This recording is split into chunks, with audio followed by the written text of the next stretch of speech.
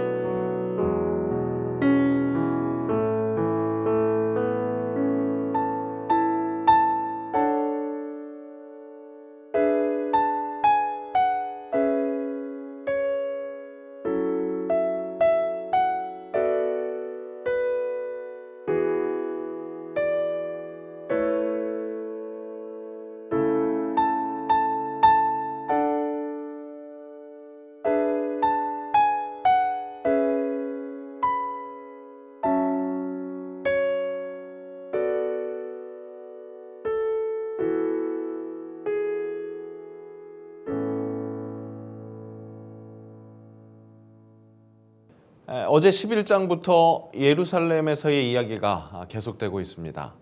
예루살렘은 중심입니다. 그 중심에는 당연히 기득권, 힘이 있는 자들이 있었습니다. 전체 구조 중 예루살렘 이 대립이라고 구분되어 있는 이 11장에서 12장은 바로 그 기득권, 이 세상이 변하는 것에 대해서 반감을 가지고 있는 이 사람들과의 예수님의 대립이 나타납니다. 로마가 통치하는 나라, 또 반대로 로마의 힘에서 해방되는 나라, 이 가지각색의 바람을 가지고 있는 사람들이 나름의 힘을 가지고 있었습니다. 바로 그 중심에서 예수님은 하나님 나라를 선포하시기 위해 그들과 대립하십니다. 오늘 12장의 내용은 모두 그렇게 예수님께서 하나님 나라를 설명할 때 예수님께 대립각을 세우는 그 사람들과의 이야기라고 할 수 있습니다. 12장의 구성은 이렇습니다. 그리고 그 각각의 이야기에 이 대립각을 세운 이 그룹들을 우리가 확인할 수 있습니다. 처음에는 그들에게 포도원 농부 비유로 이야기하십니다. 주인집 아들을 환대하기는커녕 상속자이기에 제거하려는 사람들, 이 절묘한 비유를 또 잘 알아듣는 그들이었습니다. 자기들을 가리켜 말씀하신 줄 알고 잡고자 했다고 마가는 그렇게 진술하고 있습니다. 어떻게 보면 이 예수님의 선공이었습니다. 그러니까 그들 중에 이 바리새인과 헤롯 당이 가이사에게 세금을 바치는 것, 그것을 그런 아주 난처한 질문으로 반격합니다. 하지만 난처한 질문에도 절묘하게 답변하시는 예수님이셨습니다. 그러니까 이번에는 사두개인들이 율법으로 교리적인 질문을 합니다. 그리고 그 다음에는 한 서기관의 질문. 그래도 이 질문을 한 이 한 서기관은 개중에 선한 자였던 것 같습니다. 예수님께 칭찬을 듣습니다. 그 외에 다른 서기관들을 평가하시면서 예수님은 서기관들을 삼가라는 말씀을 하시죠. 그리고 마지막에는 이 위에 있는 이 모든 힘 있는 사람들과 상반되는 이 가난한 과부의 헌금을 높이십니다. 이렇게 등장한 당시 영향력 있는 이 각 그룹의 사람들을 설명하면 이렇습니다. 먼저 바리새인, 가장 먼저 바리새인은 그야말로 율법주의자들이라고 할 수 있습니다. 회당에서 가장 큰 영향력을 행사하는 자들로 평민 출신이지만 사람들에게 신지식인과 같은 그런 영향력을 끼치고 있었습니다. 이 사두개인들은 제사장 그룹이죠. 부유했습니다. 모세 오경만 성경으로 인정했고 이 바리새인들과는 조금 구분되는 그런 영향력을 가진 자들이었습니다. 이생의 삶이 충분해서 그랬는지 만족스러워서 그랬는지 부활을 인정하지 않았습니다. 이 서기관은 직업명이라고 할 수 있습니다. 위에 두 그룹은 이 유대교 안에서의 어떤 성향을 가진 분파라고 이야기할 수 있다면 서기관은 확실히 직책을 가지고 있는 그런 사람이라고 할 수 있습니다. 이 바리새인 중에 이 일을 감당하는 사람들이 많았습니다. 다음 이 헤롯 당과 열심당 은 정치적인 집단이라고 이야기할 수 있습니다. 헤롯 당은 어떻게 보면 로마 지배에 순응하자는 것으로 이해할 수 있고요. 열심당은 반대로 독립투사들이었던 거죠. 우리나라로 빗대어 설명하자면 헤롯 당이 친일파쯤 되고 열심당은 독립투사들 이 정도로 우리가 이해할 수 있겠습니다. 그리고 에세네파는 이 바리새파와 같이 하시딤을 그 원조로 삼고 있지만 이 바리새파가 조금 더 조직적이고 사회 참여적이고 논리적인 반면에 이 에세네파는 개인적이고 운둔적, 신비적인 성향을 가지고 따로 모이는 그런 분파의 사람들이었습니다. 이들의 공통점은 무엇일까요? 영향력이 있었던 사람들이었습니다. 어떤 그룹은 정말 그 시대 문화에 많은 사람들이 인정하는 그런 그룹이기도 했고요. 또 어떤 그룹은 많은 사람들에게 인정받지는 못하더라도 그래도 자기의 주관이 뚜렷한 그렇게 신념이 있는 견고한 진을 가지고 있는 그런 사람들이었습니다. 그 견고한 진으로 세상을 유지시키거나 아니면 자기가 생각하는 그 방향으로 세상을 변화시키고 거기로 고착화시키려는 그런 의지가 강했던 사람들이었습니다. 그런 그들에게 예수님이 선포하는 이 하나님 나라라는 이 생소한 개념은 아마 위협적이었을 겁니다. 큰 적을 만나니까 이렇게 성향이 완전히 다른 이들이 원래는 적대적 관계를 가지고 있을 만한 그런 사람들이 서로 결탁합니다. 실제 오늘 이 가이사에게 세금을 바치는 것이 옳으냐는 질문은 정말 어울리지 않는 율법을 중시하는 바리새인과 또 헤롯을 지지하는 헤롯 당이 함께 가서 예수님을 시험했습니다. 첫 번째 보는 이 포도원 농부 비유에서 희생당한 그 주인의 아들처럼 이 예수님을 해코지하려고 함께 힘을 합친 것이죠. 이 포도원 농부 비유, 그것으로 그들에게 먼저 공격하신 예수님, 그 예수님께 역습하기 위해서 바리새인과 헤롯 당이 결탁해서 묻습니다. 처음에는 이러죠. 선생님이요, 우리가 아노니 당신은 참되시고 아무도 꺼리기는 일이 없으시니 이는 사람을 외모로 보지 않고 오직 진리로서 하나님의 도를 가르치심이니이다. 시작은 굉장히 예수님을 그렇게 띄워줍니다. 그래놓고 그 이후에 이 답이 없는 질문을 하죠.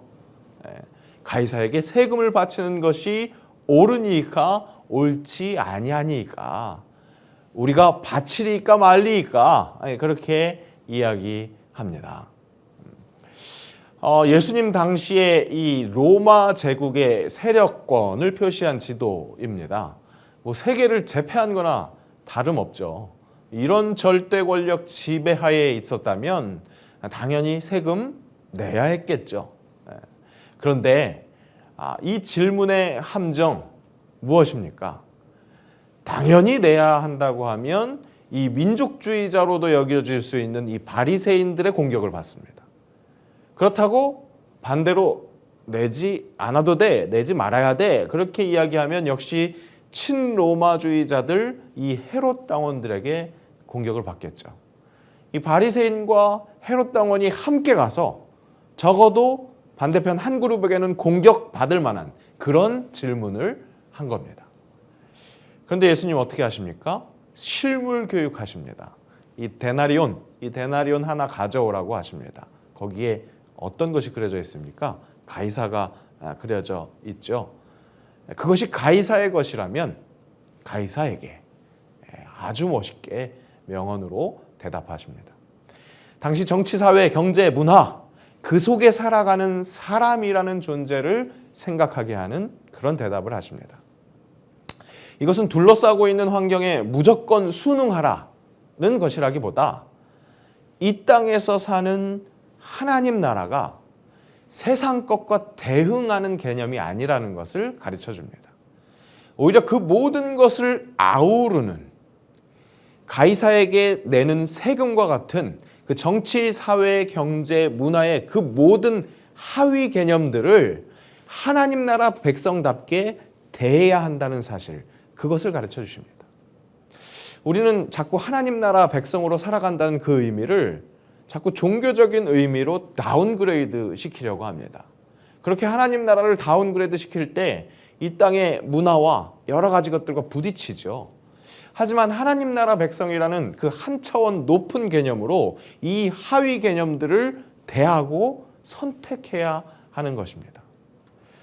예수님은 대적자들에게 바로 그런 높은 하나님 나라의 개념을 이 절묘한 방법으로 실물로 교육하셨던 겁니다.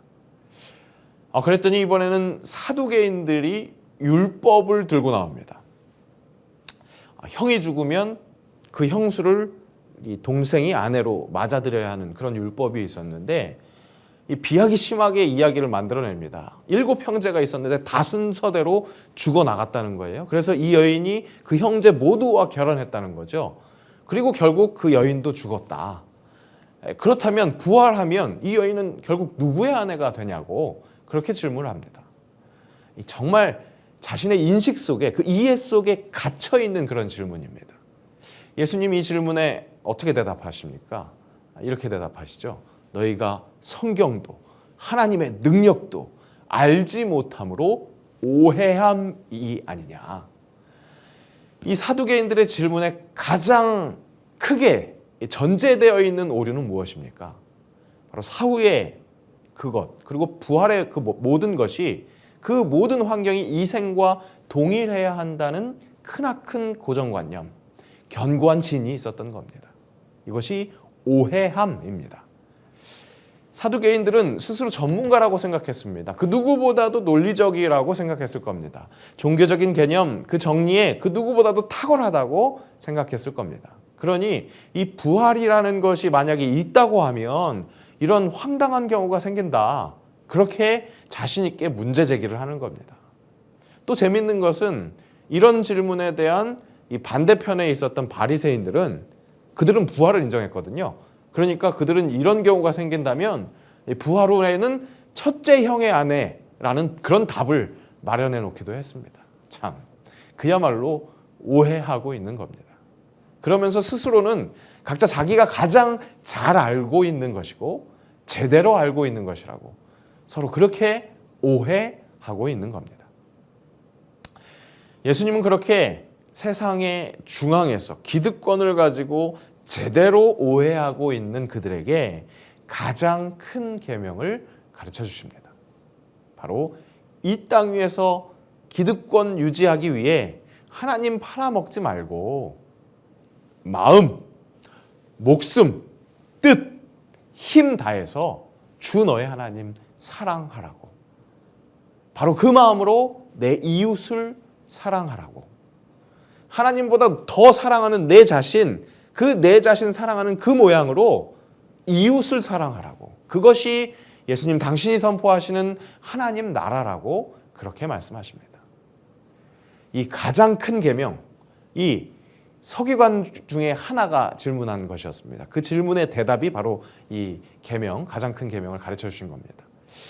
그래도 이 서기관, 질문한 서기관은 예수님의 말씀을 잘 경청하고 마치 아멘으로 화답을 한 것처럼 그렇게 대답했습니다. 그러니까 예수님은 그 서기관에게 하나님 나라에서 멀지 않았다고 용기를 주십니다. 하지만 이 세상 권력을 등에 업고 그것을 즐기며 사는 그런 보통의 다른 이 서기관들, 그들을 삼가라고 그렇게 가르치십니다. 그리고 그런 기득권, 사회 중심에 있는 그들과 확실하게 비교되는 이제 마지막으로 과부의 2렙돈 헌금을 언급하십니다. 오늘 이 12장에는 유독 당시 화폐 단위 언급이 많이 됩니다. 이 한 데나리온을 기준으로 삼으면 64고드란트, 128렙돈이 바로 한 데나리온입니다. 그리고 이 데나리온이 당시 노동자 1일 품삯이었다고 합니다. 요즘 하루 노동자 임금을 한 10만 원이라고 가정한다면 과부의 2렙돈은 우리 돈으로 1,500원 정도의 돈입니다. 얼마 되지 않는 그 돈이 과부의 모든 소유였다고 그렇게 얘기합니다. 그녀는 가진 그 모든 것을 내놓습니다. 혹자는 이렇게 이야기할 수 있겠습니다. 가진 것이 적으니까 오히려 모두 내려놓는 거 쉽지 않았겠는가, 그렇게 이야기할 수 있을지 모르겠습니다. 그런데 그렇게 따진다면 여러분, 나는 어떨까요? 가진 것을 다 내놓을 수 없다면, 내가 그렇다면 나도 적지 않은 것을 가지고 있다는 그런 이야기가 되는 건가요? 그런데 왜 그렇게 가진 것이 적다고 불평불만만 했을까요? 다 내어놓을 수 없게 그렇게 많은 것을 가지고 있으면서 말이죠. 오늘 당시 세상에서 주름 잡는 사람들, 그래서 그들이 소유한 것들을 놓치고 싶지 않아서 그들이 원하는 모습의 그 세상을 지키려 한 사람들과 대립하시는 그 예수님을 봤습니다. 여러분, 우리는 어떻습니까? 혹 우리도 이 땅에서 소유한 것이 많아서 이 다른 세상인 예수님이 말씀하시는 하나님 나라, 그것에 관심을 점점 잃어가고 있는 것은 아닐까? 물론 하나님 나라를 반대로 오해해서도 안 되겠습니다. 예수님이 이야기하시는 하나님 나라는 이 세상을 뒤엎는 그런 전복을 이야기하신 것이 아닙니다. 예수님의 복음을 그렇게 오해해서 이 시대 이 사회에 그대로는 미래가 불투명하다고 느끼는 이 청년들이 신천지와 같은 그 이단 집단의 유혹에 더욱 쉽게 넘어가는 것을 보게 됩니다. 하나님 나라는 이 세상이 뒤엎어지는 것이라고, 그렇게 오해하게 하기 때문에 그렇습니다. 가이사의 것은 가이사에게, 그 말씀하신 예수님의 말씀을 깊이 묵상한다면 하나님의 나라가 이 세상을 쿠데타처럼 전복시키는, 이 땅에 예속되는 그런 나라가 아니라는 것을 깨달을 수 있습니다. 철저히 이 땅 위에서 살되, 하지만 또 철저히 가장 큰 계명, 사랑으로 살아내야 하는 것이 바로 하나님 나라라는 그 사실을 명심 또 명심해야겠습니다. 오늘은 함께 이렇게 기도했으면 좋겠습니다. 우리의 구원자 예수 그리스도를 온전히 영접하는 그리스도인 되게 하옵소서. 복음을 오해하지 않고 내 삶의 자리에서 하나님의 가장 큰 계명을 지키며 살아가는 그리스도인 되게 하옵소서. 온전한 그리스도인들로 인해 사랑이 회복되는 이 나라, 이 민족 되게 하옵소서.